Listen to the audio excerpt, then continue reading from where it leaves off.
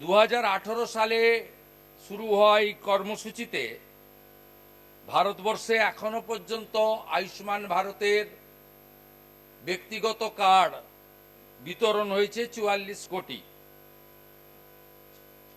মোট 31 মে 2026 পর্যন্ত 36,193টি হসপিটাল এতে যুক্ত হয়েছে, যার মধ্যে প্রাইভেট হসপিটাল আছে 16,557।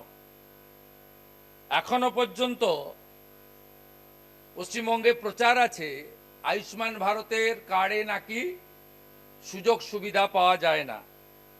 আমি পশ্চিমবাংলার সম্মানীয় জনগণের উদ্দেশ্যে জানাই, মাননীয় মোদিজির নেতৃত্বে ভারত সরকার 12.17 কোটি হসপিটালে ভর্তি হওয়া মানুষকে 1.82 লক্ষ কোটি টাকা এখনো পর্যন্ত দিয়েছেন এই কর্মসূচিতে, যেটা থেকে পশ্চিমবঙ্গ গত 8 বছর বঞ্চিত হয়েছে শুধু রাজনীতির কারণে।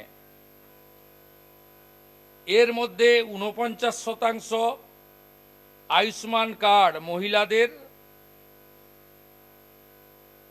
জন্যই অনুমোদিত হয়েছিল, আর হসপিটালে যারা উপকৃত হয়েছেন তাদের মধ্যে 49% মহিলা রয়েছেন। তাই 8 বছর ধরে যেভাবে আপনারা বঞ্চিত হয়েছেন, বর্তমান রাষ্ট্রবাদী ডবল ইঞ্জিন সরকার আপনাদের আয়ুষ্মান ভারতে যুক্ত করার মধ্য দিয়ে দ্রুত গোটা ভারতবর্ষের নাগরিকরা যে সুবিধা পেয়েছেন 12,17,00,000, আপনারাও আগামী দিনে সেই সুযোগ পাবেন। ইতিমধ্যে আরও প্রায় 1100টি প্রাইভেট হসপিটাল পশ্চিমবঙ্গের এমপ্যানেলমেন্ট হওয়ার জন্য প্রসেসের মধ্যে আছেন।